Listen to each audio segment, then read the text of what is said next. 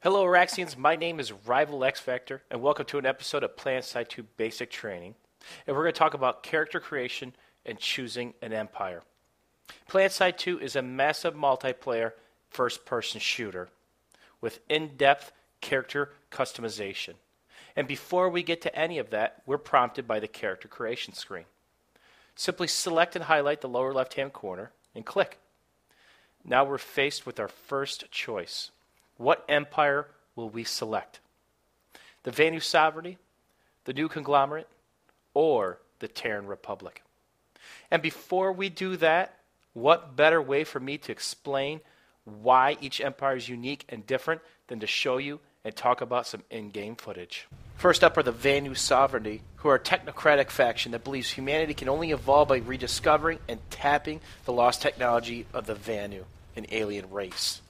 The VS, or a transhumanist culture of academics, intellectuals, and technology worshippers who believe that human destiny lies in the further development and exploration of alien technology.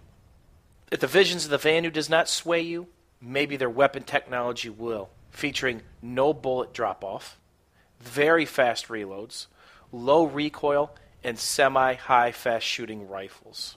But don't worry, these are their default guns. Due to the customization process within PlanetSide2, you can upgrade, sidegrade, and unlock other weapons that are more characteristic of the other empires. The VS also possess the Mag Rider, which specializes in mobility and agility, and is a sniper rifle from downtown, with the special ability of Mag Burner, allowing you to get away from enemy danger very quickly. Lastly, the Scythe rules the sky with maneuverability and agility. It uses the magnetic field of the planet to move in other ways conventional aircraft cannot. With the militaristic government, the Terran Republic uses its imperial and authoritarian might to impel humanity in peaceful coexistence through any means necessary. The TR is a conservative and collectivist nation who strive to regain contact with the home world and reunite the warring factions. The Terran Republic weapons have the fastest firing rates, largest ammo capacities, and are generally designed to allow for maximum sustainable damage. While their weapons have the highest rate of fire of the three empires, they do not have as much damage on impact compared to the other two. Sticking to the theme of fast is the Terran Republic Prowler, which is the fastest top-end tank in Araxis. It also features a 2-turret system allowing for a higher rate of fire, and a special ability to go into anchored mode or siege mode. When you do that, you increase your rate of fire up to 300%. Last but not least is the Mosquito, the Terran Republic aircraft, and it is quite agile, but its strength is sheer top-end speed, allowing you to get out of sticky situations in the quickest of ways. Last up, we have the new Conglomerate, who are a loosely connected group of rebel factions and idealistic freedom fighters. The NC fight against the oppression of the Terran Republic. The new Conglomerate are also a separatist faction determined to remain free of the controlling and domineering Terran Republic. They feel that any form of control is oppression, and that a miserable free man is better off than a slave.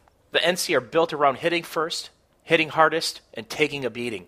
Although the weapons might not have the most finesse, often having a strong recoil, long reload time, and slowing firing rates, they pack one heck of a punch when they do hit. The new Conglomerate also possess the Reaver, their Empire-specific attack aircraft, which is actually the slowest firing and moving attack aircraft of all three empires. The Reaver boasts excellent durability, the ability to pack on more armaments and armor than the other two empires, and oh, by the way, when the Reaver finally hits you, it hits like a truck. And lastly, we have the Vanguard, which is the new Conglomerate Empire-specific battle tank. It's the slowest of the three empires in movement and fire, but it has the best armor of all the tanks, and weapons capabilities are devastating. Not to mention its special ability is a shield which absorbs X amount of damage over time. So Araxians, what will be your first character? Which empire? And oh, don't worry, you can have multiple characters on one account so you can play all three empires. After watching that, I think I'm going to go the way of the Vanu might due to the Mag Rider and the fast reload of the Vanu weapons. So simply highlight it, hit next, pick a server. Based on the region you want to play or the region you are in.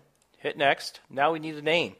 And as you can see, I'm going to roll with T-Ray has lasers. And pick a race, pick a gender, and off we go. You are moments away from being dropped from orbit into the thick of the fighting. If the Vanu Sovereignty cannot guide the evolution of mankind without the interference of small-minded despots and mercenaries, all of humanity is doomed. You must not falter. Your squad mates will be your strength, so stay close and do all that you can to aid your comrades in the field. Show the unenlightened what can be accomplished in the radiance of Vanu's wisdom. Our rebirthing matrix ensures that death will have no hold over you. Our nano-reconstruction chambers can bring you back into the fight at any installation the VS controls. Nano-construction technology will allow you to create vehicles at any of our Empire's vehicle terminals, but you'll need to be sure you have the appropriate materials needed to replicate one. You'll earn everything you need by eliminating the enemy and holding as much territory as possible. So spread our banner across all of Araxis. We appear to be over the drop zone. Prepare yourself. Remember, you are part of the Vanu Sovereignty. Your foes will evolve, or they will perish. Good luck.